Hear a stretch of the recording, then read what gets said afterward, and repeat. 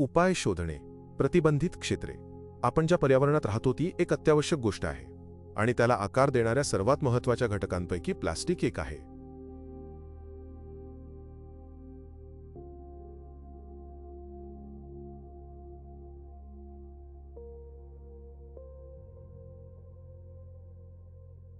Micro आणि नॅनोप्लास्टिक आता पृथ्वीच्या कानाकोपऱ्यात पोहोचले आहेत, तरीही त्यांचे वितरण एकसमान नाही. काही प्रदेशांमध्ये प्लास्टिकच्या कणांचे प्रमाण विशेषतः जास्त असते आणि हे समुद्रांमध्ये सर्वाधिक दिसून येते. दरवर्षी अंदाजे 11 दशलक्ष टन प्लास्टिक कचरा समुद्रात जातो. दर 8 तासांनी संपूर्णपणे प्लास्टिकपासून बनलेला एक आयफेल टॉवर समुद्रात कोसळतो, म्हणजेच वर्षाला सुमारे 1100 असे टॉवर्स. सुरुवातीला या टॉवर्समध्ये बाटल्या, पिशव्या, मासेमारीची जाळी आणि इतर प्लास्टिकचा कचरा असतो. कालांतराने सूर्यप्रकाश, लाटा आणि नैसर्गिक जिजेच्या प्रभावाखाली त्यांचे अब्जावधी अदृश्य घातक सूक्ष्म आणि नॅनोप्लास्टिक कणांमध्ये विघटन होते.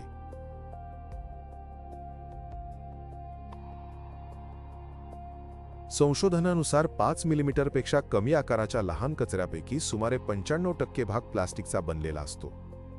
जगातील महासागरांचा पृष्ठभाग आधीच 350 ट्रिलियनपेक्षा जास्त मायक्रोप्लास्टिकच्या कणांनी व्यापलेला आहे आणि ही संख्या झपाट्याने वाढत आहे. तथापि महासागराच्या खोलवर आणखी अगणित ट्रिलियन कण आहेत, ज्यामुळे प्रदूषणाचा एक अदृश्य पण प्रचंड मोठा प्रदेश तयार झाला आहे. आणि तरीही हे एवढेच नाही. समुद्री वारा विषारी झाला आहे. जेव्हा लाटा समुद्राच्या पृष्ठभागावर आदळतात तेव्हा असंख्य बुडबुडे तयार होतात. हे बुडबुडे फुटल्यावर ते हवेत केवळ मिठाचे स्फटिकच नव्हे तर सूक्ष्म प्लास्टिकचे कणही सोडतात. वाऱ्याच्या प्रवाहाने मायक्रो आणि नॅनोप्लास्टिक्स संपूर्ण ग्रहावर पसरतात. वारा जितका जास्त असतो आणि समुद्राचा फेस जितका उंच असतो, विशेषतः वादळांच्या वेळी तितके जास्त कण वातावरणात उचलले जातात.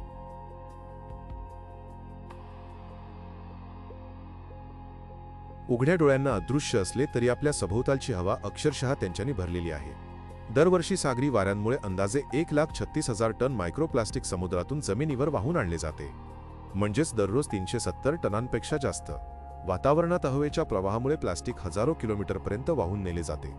ते दवबिंदूंमध्ये स्थिरावते आणि बर्फ व पावसासोबत जमिनीवर पडते. याचा परिणाम सर्वात आधी समुद्र किनारे आणि किनारपट्टीच्या प्रदेशांवर होतो.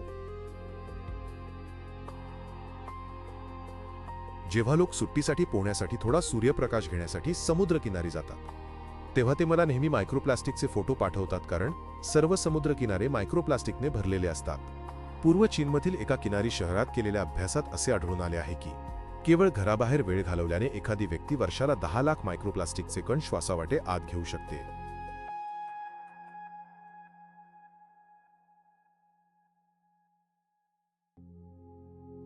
सर्वात मोठा धोका 100 मायक्रोमीटरपेक्षा लहान कणांपासून येतो, जे सहजपणे श्वसन मार्गात प्रवेश करू शकतात. कारण पशुवैद्यकीय क्षेत्रातील बहुतेक किनारपट्टीच्या देशांमध्ये योग्य कचरा व्यवस्थापन प्रणाली नाही. ते भूमध्य समुद्रात प्रचंड प्रमाणात प्लास्टिक कचरा सोडतात. हे पहिले कारण झाले. दुसरे कारण म्हणजे भूमध्य समुद्राच्या या भागात सेहान आणि जयहान नावाच्या 2 नद्या आहेत. या 2 नद्या भूमध्य समुद्रातील 5 सर्वात प्रदूषित नद्यांपैकी 2 नद्यांमध्ये पुनर्वापरामुळेच त्या 2 नद्या भूमध्य समुद्रातील सर्वात प्रदूषित नद्या बनल्या आहेत. त्या दरवर्षी 5,000 टनांपेक्षा जास्त प्लास्टिक कचरा भूमध्य समुद्रात वाहून नेतात.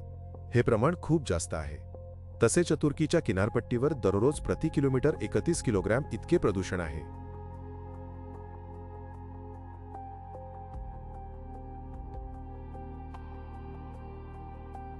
दररोज 1 किलोमीटरच्या किनारपट्टीवर 31 किलोग्रॅम प्लास्टिक कचरा जमा होतो. हे प्रमाण खूप जास्त आहे. जरा विचार करा, एक प्लास्टिकची बाटली 10 किंवा 15 ग्रॅमची असते. तुम्ही कल्पना करू शकता की त्या किनारपट्टीवर किती प्लास्टिकच्या बाटल्या पडून असतील.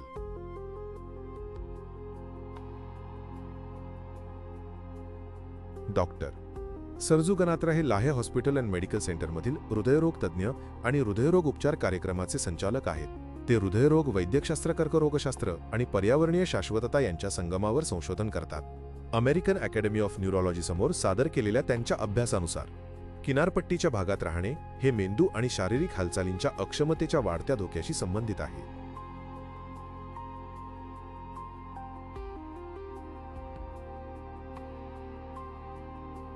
याचे कारण म्हणजे या प्रदेशांतील पाणी, हवा आणि मातीमध्ये असलेले मायक्रोप्लास्टिकचे उच्च प्रमाण. समुद्राच्या पाण्यात मायक्रोप्लास्टिकचे प्रमाण जास्त असलेल्या किनारपट्टीच्या पाण्याजवळ राहणारे लोक.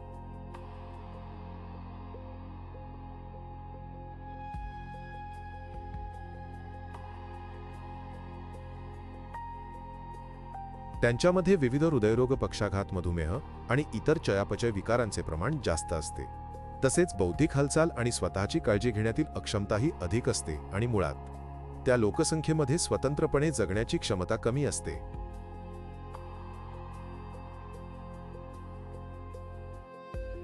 संशोधकांनी अमेरिकेतील 218 किनारी प्रांतांमधील रहिवाशांच्या आरोग्यविषयक माहितीचे विश्लेषण केले आणि सीडीसीच्या अहवालांची तुलना पर्यावरणातील मायक्रोप्लास्टिक प्रदूषणाच्या पातळीशी केली. हे निष्कर्ष धक्कादायक आहेत. कमी प्रमाण असलेल्या भागांतील रहिवाशांच्या तुलनेत जास्त प्रमाण असलेल्या भागांतील रहिवाशांमध्ये स्मरणशक्ती आणि आकलनशक्तीतील कमतरता 9% अधिक प्रमाणात आढळून आली.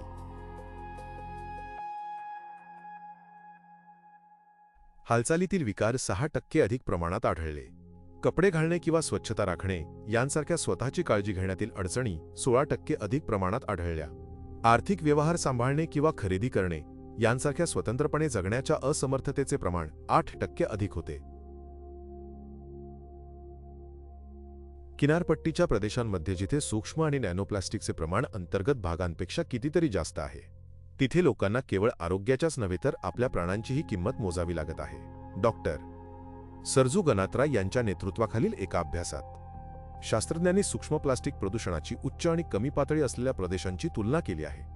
पण यामुळे एक महत्त्वाचा प्रश्न निर्माण होतो, तो म्हणजे आजच्या काळात कमी पातळी याचा अर्थ काय? याचे उत्तर देण्यासाठीच आकडेवारी पाहूया. डॉक्टर गनात्रा यांनी कमी पातळीच्या प्रदूषणाची व्याख्या अशी केली आहे की समुद्राच्या पाण्याने भरलेल्या प्रत्येक 200 बाथटबमध्ये प्लास्टिकचा एक लहान कण असणे. वरवर पाहता हे नगण्य वाटू शकते, परंतु जेव्हा तो एकच कण नॅनो आकाराच्या तुकड्यांमध्ये विघटित होतो तेव्हा कणांची संख्या 10 किंवा 100 पटीने नव्हे तर लाखो पटींनी वाढते.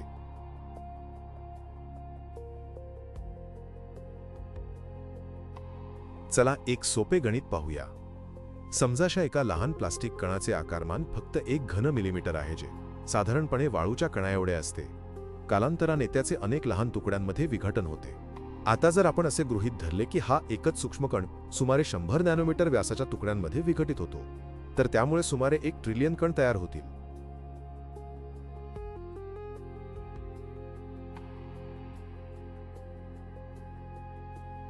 आणि जर त्यांचा आकार 10 नॅनोमीटर पर्यंत कमी झाला तर ही संख्या 10चा 15वा घात, म्हणजेच 1 क्वाड्रिलियन नॅनोपार्टिकल्स पर्यंत प्रचंड वाढेल आणि हे सर्व एकाच मायक्रोपार्टिकल पासून तयार होईल.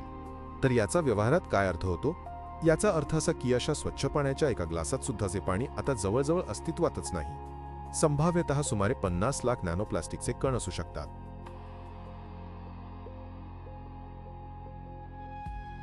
आणि मानवी शरीराच्या बाबतीत फक्त 1 ग्लास प्यायल्यानंतर किमान 50 लाख पेशी धोक्यात येतील. मग प्रदूषणाची ही तथाकथित कमी पातळी खरोखरच सुरक्षित मानली जाऊ शकते का? शरीरात प्रवेश करणारा तो 50 लाख कणांपैकी प्रत्येक कण दाह निर्माण करू शकतो, ऑक्सिजनची कमतरता हायपॉक्सिया निर्माण करू शकतो आणि चेतापेशींमधील संवादात व्यत्यय आणू शकतो. हे लक्षात घ्या की हे परिणाम नेहमीच लगेच लक्षात येत नाहीत. सौम्य डोकेदुखी, अधूनमधून येणारा थकवा, चिंता किंवा लक्ष केंद्रित करण्यात अडचण, ही सर्व बौद्धिक क्षमतेत घटमज्जा संस्थेचे आजार, अपंगत्व आणि अंतिमतः मृत्यूची सुरुवातीची चेतावणी असू शकतात. ही लक्षणे विशेषतः किनारपट्टीच्या प्रदेशाजवळ राहणाऱ्या किंवा बराच वेळ घालवणाऱ्या लोकांमध्ये अधिक स्पष्टपणे दिसून येतात आणि त्यांच्या आरोग्यातील घसरण हे एक सुरुवातीचे चेतावणी चिन्ह आहे.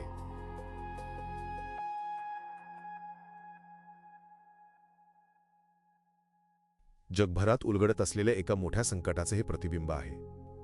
तुम्हाला आठवतंय का? प्रोफेसर गुंडोटू म्हणाले होते की भूमध्य सागरीय किनारपट्टीच्या देशांमध्ये पुरेशी कचरा व्यवस्थापन प्रणाली नाही. तर संशोधनानुसार या प्रदेशात मायक्रोप्लास्टिकचे प्रमाण उत्तर पॅसिफिक महासागरापेक्षा सुमारे 4 पटीने जास्त आहे, जिथे ग्रेट पॅसिफिक गार्बेज पॅच नावाचा कचऱ्याचा मोठा पट्टा आहे.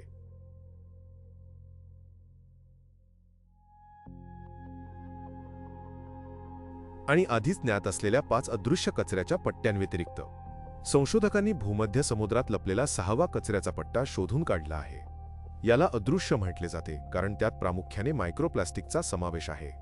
आणि दाट लोकवस्तीच्या किनारपट्टीपासून दूर असलेल्या इतर सागरी कचऱ्याच्या पट्ट्यांप्रमाणे नसून हा पट्टा 21 देशांनी वेढलेला आहे.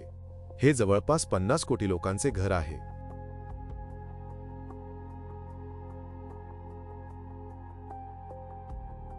आपण असे म्हणू शकतो की हा पृथ्वीवरील सर्वात धोकादायक कचऱ्याचा पट्टा आहे, कारण येथे प्लास्टिक आधीच अशा लहान कणांमध्ये विघटित झाले आहे जे जीवसृष्टीसाठी धोकादायक आहेत. भूमध्य सागरी प्रदेशात राहणारी प्रत्येक व्यक्ती सतत सूक्ष्म नॅनोप्लास्टिकच्या अत्यंत उच्च सांद्रतेची हवा श्वासावाटे घेत असते. हा एक अत्यंत धोकादायक प्रदेश आहे ज्याला खूप पूर्वीच प्रतिबंधित क्षेत्र म्हणून घोषित करायला हवे होते. आता बॅटरीचे उदाहरण आठवा आणि कल्पना करा की तिथे किती प्रभारित कण आहेत आणि किती ऊर्जा एकवटलेली आहे. म्हणूनच भूमध्य समुद्र जगातील इतर महासागरांपेक्षा अधिक वेगाने उष्ण होत आहे. ही एक अत्यंत गंभीर बाब आहे, कारण युरोप आणि भूमध्य सागरी देशांचे हवामान घडवण्यात भूमध्य समुद्राची महत्त्वाची भूमिका आहे. याचा परिणाम संपूर्ण प्रदेशातील हवामानाचे स्वरूप, पर्जन्यमानाचे वितरण आणि परिसंस्थांवरही होतो.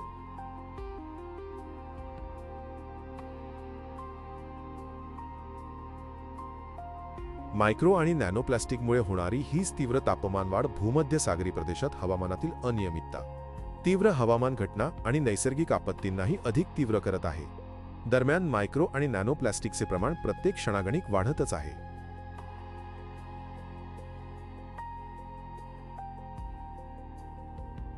आणि मला वैयक्तिकरित्या काळजी वाटते की लोकांना हे माहीत नाही आणि ते अनेकदा आपल्या मुलांसोबत या प्रदेशांमध्ये प्रवास करत राहतात.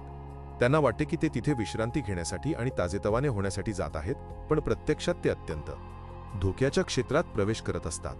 त्यामुळे ज्या गोष्टी एकेकाळी आरोग्य, स्वातंत्र्य आणि ऐश्वर्याचे प्रतीक होत्या, जसे की खुल्या समुद्रातील नौका, समुद्रकिनारी असलेला व्हिला किंवा अगदी महासागरातील एखादे खाजगी बेट, ते आता हळूहळू बहिष्कृत क्षेत्रांमध्ये बदलत आहेत. सध्या ही समस्या प्रामुख्याने शास्त्रज्ञांनी ओळखली आहे, परंतु लवकरच सर्वसामान्यांसाठी त्याकडे दुर्लक्ष करणे अशक्य होईल.